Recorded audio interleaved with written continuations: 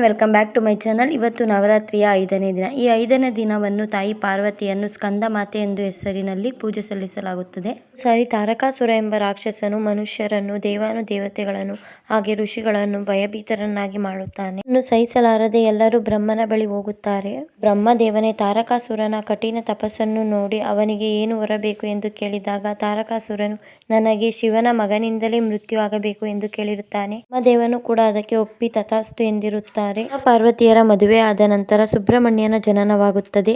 ಸ್ಕಂದ ಎಂಬ ಹೆಸರಿನಲ್ಲೂ ಕರೆಯಲಾಗುತ್ತದೆ.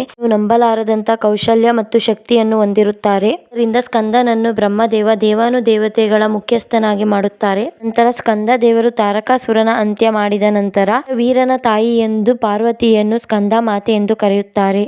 ನಾನಿಲ್ಲಿ ಹೂವು ಮತ್ತು ನೀರೆಲ್ಲ ಬದಲಿಸಿ ಇವತ್ತಿನ ಪ್ರಸಾದಕ್ಕೆ ಅಂತೇಳಿ ಬೆಲ್ದನ್ನ ಮಾಡ್ಕೊತಾ ಇದ್ದೀನಿ. ನಾನಿಲ್ಲಿ ಒಂದು ಬಟ್ಲಿಗೆ ಒಂದು 2-3 ಸ್ಪೂನಷ್ಟು ತುಪ್ಪ ಹಾಕೊಂಡಿದ್ದೀನಿ.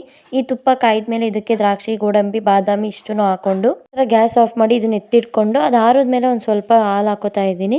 ಈಗ ನಾನೇನು ಬಿಸಿಯನ್ನ ಮಾಡ್ಕೊಂಡಿದ್ದೀನೋ ಅದನ್ನು ಕೂಡ ಇದಕ್ಕೆ ಹಾಕೊಂಡು ಫುಲ್ ಮಿಕ್ಸ್ ಮಾಡ್ಕೊತಾ ಇದ್ದೀನಿ. ಹಾಗೆ ಕಾಯಿ ತುರಿ, ಬೆಲ್ಲ ಮತ್ತು ಏಲಕ್ಕಿ ಪುಡಿನ ಒಂದು ಕಡೆ ಇಟ್ಕೊಂಡಿದ್ದೆ, ಅದನ್ನು ಕೂಡ ಹಾಕೊಂಡು ಚೆನ್ನಾಗಿ ಸ್ವಲ್ಪ ಬಿಸಿ ಮಾಡಿಕೊಂಡು ತಿರುಗಿಸ್ಕೊತಾ ಇದ್ದೀನಿ. ಈಗ ಇದನ್ನ ಒಂದು ಚಿಕ್ಕ ಬಟ್ಲಿಗೆ ಹಾಕ್ಬಿಟ್ಟು ದೇವ್ರ ಮುಂದೆ ಇಕ್ತೆ. ಇವತ್ತು ನಾನು ಮಾಡಿದ ಪ್ರಸಾದ ಬೆಲ್ದನ್ನ.